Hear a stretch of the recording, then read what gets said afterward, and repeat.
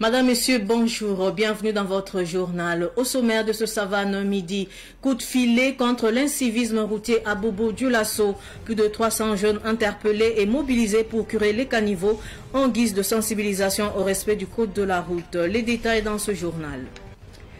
Dans cette édition, nous irons au Vatican où sont actuellement tournés tous les regards. Ce mardi, 133 cardinaux électeurs entrent en conclave pour désigner le successeur du pape François.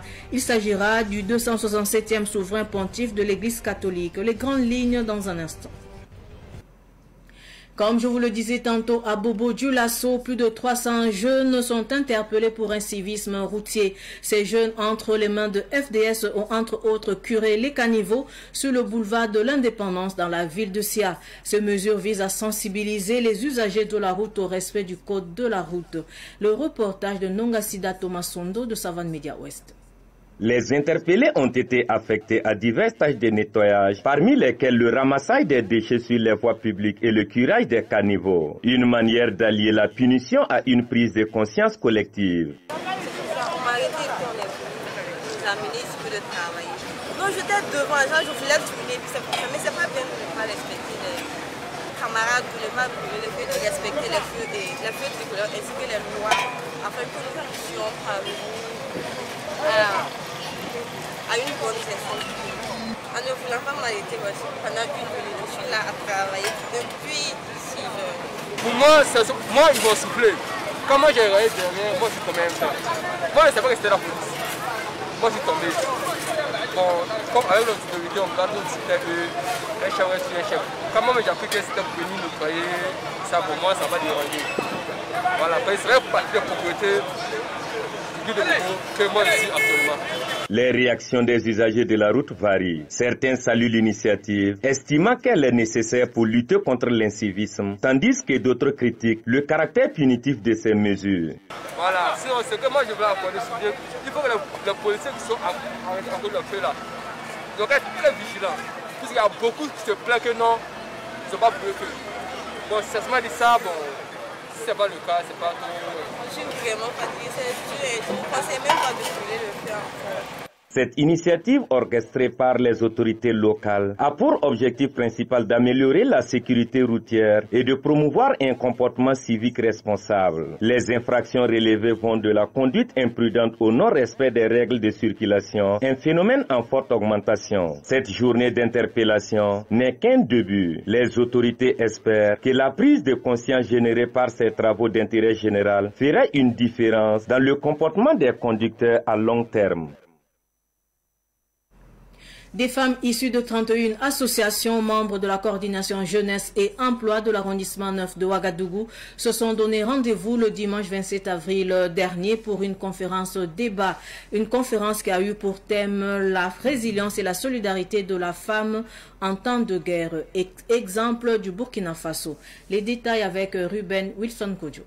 Elles sont venues des 4 coins de l'arrondissement 9 de Ouagadougou pour participer à cette conférence débat. C'est une initiative de la coordination jeunesse et emploi de l'arrondissement 9. La philosophie qui entoure cette conférence débat, c'est de faire sortir la lumière des femmes qui ont donné leur apport à la nation, à la situation que nous vivons, c'est-à-dire la situation en temps de guerre. Nous voyons partout, dans les télés, dans les radios, partout, et quand on parle des déplacés internes, des déplacés un peu partout, la femme est devant. Il est normal que nous, la jeunesse aussi, sortent, dire que les femmes ont contribué à cette lutte, de leur manière, leur courage, leur affection envers leur mari, leur affection envers leurs frères. Les problèmes qu'ils ont eu, les femmes ont tenu bon. Donc il faudrait qu'on en parle. Pour la première responsable de cet arrondissement, cette initiative est louable. La délégation spéciale voudrait tout d'abord traduire ses félicitations et aussi ses encouragements à cette coordination pour l'initiative de cette activité qui rentre déjà en droite ligne des orientations de politique publique de notre pays. Et travailler à la solidarité, à autonomiser les femmes et pour plus de résilience. C'est vraiment inviter toute la jeunesse de l'arrondissement à emboîter vraiment le pas et à rester toujours dans cette dynamique de renforcement des capacités, mais aussi de solidarité, de résilience dans ce contexte sécuritaire difficile pour nous.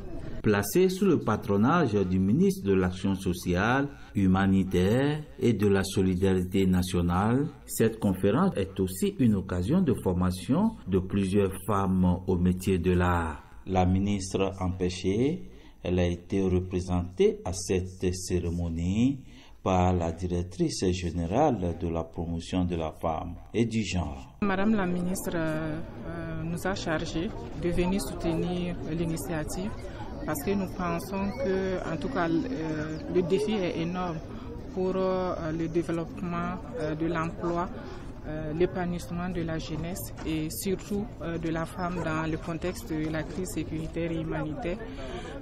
Si des jeunes s'organisent pour mettre en lumière l'engagement de la femme, la résilience de la femme, il était de bon ton que le ministère soit là pour soutenir cette initiative.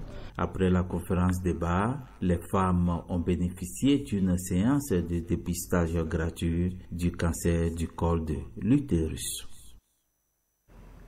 Tout autre sujet à présent, Optique Saint-Mathias organise du 6 au 10 mai 2025 des journées portes ouvertes à son siège au quartier Paglaïri de Ouagadougou. Les examens des yeux sont gratuits pour tous les visiteurs. La cérémonie de lancement s'est déroulée hier en présence de Samuel Moko. Optique Saint-Mathias, une entreprise spécialisée dans la vente, le conseil et le montage de lunettes au Burkina Faso, se soucie de la santé oculaire de la population. C'est pourquoi il tient du 6 au 10 mai à son siège, 6 au quartier Paglaïri de Ouagadougou, ses journées portes ouvertes. Pour ces JPO, nous avions d'abord la sensibilisation qui prime. Après la sensibilisation, nous avions bien sûr le conseil d'usage pour ceux qui ont des paires de lunettes. Également, sans oublier que nous avions le test de vue qui est gratuit. Le test de vue va pouvoir tester la vue comme on le dit, connaître qu'on n'a pas des vis de réfraction. Pas mal de gens ignorent qu'ils ont des vis de réfraction, mais sans venir vers les professionnels de la vue pour pouvoir s'assurer de ces fléaux.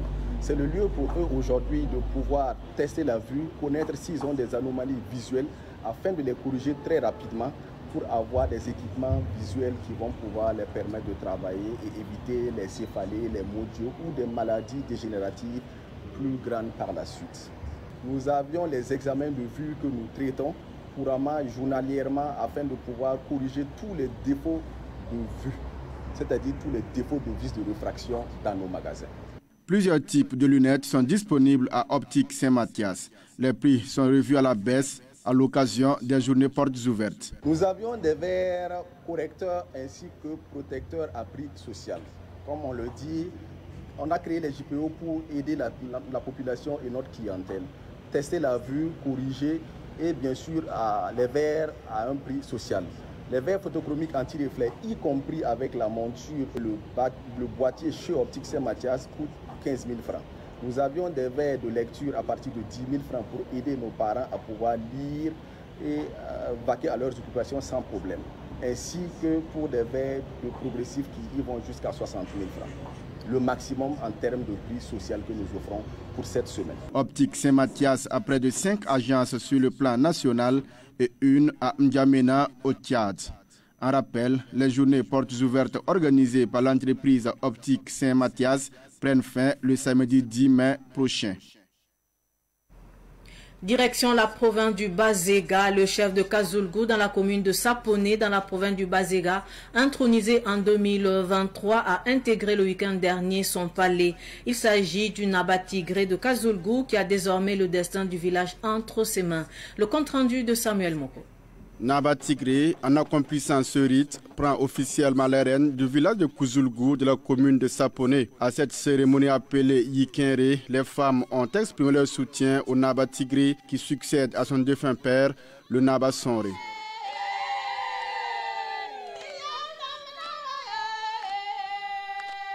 L'occasion était belle pour les filles et fils du village d'exprimer leur soutien au Naba Tigré. Parmi eux, Mamadou Konvolbo. Vraiment, c'était un besoin pour le village de Kouzoulgou, parce que c'est plus d'une trentaine d'années qu'on n'avait plus de chef.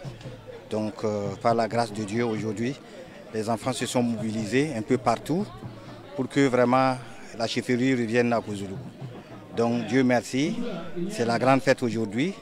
On ne peut que de souhaiter vraiment une longue vie et beaucoup plus de sérénité, que Dieu l'accompagne parce que ce n'est pas facile pour vraiment régner autour d'une jeunesse, d'une population aussi bouillante. Ibrahim Ouedraogo, lui, est venu de la Côte d'Ivoire. Maintenant, pour le chef, vraiment, on lui dit merci et puis beaucoup de courage à lui. Surtout beaucoup de courage. Voilà. Et surtout avec beaucoup de bénédictions. Qu'Allah nous aide, qu'Allah nous protège, nous tous, Inch'Allah. Le Naba Tigré de Kouzoulgou invite les sages du village à toujours être à ses côtés pour le soutenir. Naba Tigré succède ainsi à son défunt père, Naba Sonré.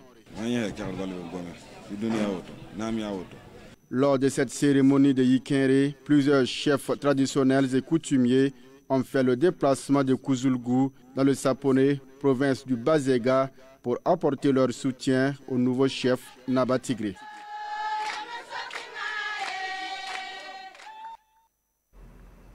La campagne nationale d'évangélisation du buisson ardent renouveau charismatique de l'université Joseph Kizerbo de Ouagadougou a pris fin le 2 mai dernier au stade municipal Dr Issoufou Joseph Konombo. Retour sur la cérémonie de clôture avec Samuel Moko. Louanges, prédications, chapelets, intercessions, messes et adorations sont présentées à Dieu lors de cette campagne d'évangélisation qui coïncide avec le trentenaire du buisson ardent, renouveau charismatique catholique de l'université Joseph Kizerbo. Selon le premier responsable du groupe appelé Berger du buisson ardent, Sidbe Wenderine Payawo, le bilan de la campagne est satisfaisant. Les membres du buisson ardent, composés d'universitaires, n'œuvrent pas seuls. Ils sont accompagnés par un aumônier. Le buisson ardent est un groupe charismatique qui intervient dans le cadre de l'évangélisation et surtout dans les milieux universitaires. Alors c'est dans ce cadre, justement, dans le cadre de l'évangélisation, que cette campagne d'évangélisation a été organisée. Nous avons sillonné beaucoup de paroisses de notre archidiocèse et du diocèse de Koudougou pour la campagne d'évangélisation. Nous sommes là pour la clôture. Et le thème, c'est de manifester d'abord l'amour de Dieu pour notre pays et ensuite inviter les Burkinabés à être le relais de cet amour-là dans leur milieu de vie. L'abbé Blaise Bikaba, prédicateur, a insisté sur la paix. Il a invité les fidèles chrétiens à se tourner vers Dieu dans la situation actuelle du Burkina Faso. Nous ne pouvons pas de autre chose que de dire aux gens le message du Christ qui concerne l'amour. Il y a le message que c'est l'amour. Et comment vivre cet amour-là? C'est dans la vérité, dans la justice. Et dans le contexte actuel, sécuritaire, je pense que c'est un appel aux gens à vivre vraiment, à rechercher la paix, la véritable paix. Eh bien, la paix sans effusion de sang. C'est ça la véritable. La paix dans la justice. La paix dans la vérité. Dans le mensonge, on ne construit jamais. Peuple du Burkina Faso, Dieu t'a tant aimé qu'il a envoyé son Fils unique Jésus-Christ pour ton salut, confère Jean 3, 16 est le thème de cette campagne d'évangélisation. Ils étaient nombreux, les étudiants à prendre d'assaut les gradins du stade Issoufou Joseph Konombo pour prier pour la paix au Burkina Faso, le jour même de la grande mobilisation pour soutenir le capitaine Ibrahim Traoré, président du Faso.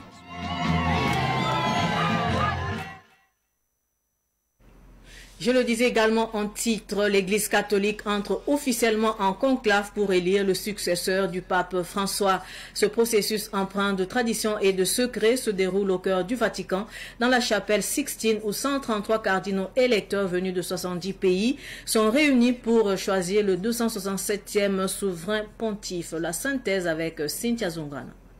Ouverture aujourd'hui de la succession du pape François, décédé le 21 avril dernier. Les 133 cardinaux électeurs ont assisté ce matin à la dernière messe avant le début du conclave. Ils se retrouveront cet après-midi pour une possession solennelle à la chapelle Sixtine. Là, chacun prêtera serment de confidentialité, s'engageant à respecter le secret des délibérations avant de s'y enfermer pour un premier scrutin en fin de journée. Parmi les cardinaux considérés comme favoris, selon certaines sources, figurent le français Jean-Marc Aveline, les Italiens Pietro Parolin, Matteo Zuppi et Pierre Battista Pizzaballa, le Philippin Louis-Antonio Guquim-Talg, le Guinéen Robert Sarra, le Suédois Ander Arborelius et l'Allemand Gerhard Müller. Allons au Soudan avant de clore cette édition d'information. Le Soudan rompt ses relations diplomatiques avec les Émirats arabes unis. Le Soudan accuse les Émirats arabes unis de fournir des drones aux paramilitaires. L'information a été donnée hier à la télévision nationale par le ministre de la Défense Yassine Ibrahim. Fidéline Bansé nous en parle. Yassine Ibrahim, le ministre de la Défense du Soudan, a dénoncé à la télévision nationale ce qu'il a qualifié de crime d'agression contre la souveraineté du Soudan, se référant à un soutien des Émirats arabes unis au groupe paramilitaire. Le monde entier suit depuis plus de 2 ans le crime d'agression contre la souveraineté du Soudan, son intégrité territoriale et la sécurité de ses citoyens commis par les Émirats arabes unis, dit-il. Il accuse les Émirats arabes unis d'avoir fourni des armes stratégiques sophistiquées aux paramilitaires des forces de soutien rapide dirigées par le général Mohamed Abdam Daglo. Au regard de cette agression, le Soudan a décidé de rompre les relations diplomatiques avec les Émirats arabes unis. Cette annonce intervient 3 jours après des frappes de drones contre Port-Soudan, le siège provisoire de l'armée soudanaise. Ainsi s'achève cette édition d'information. Merci de votre fidélité. Au revoir.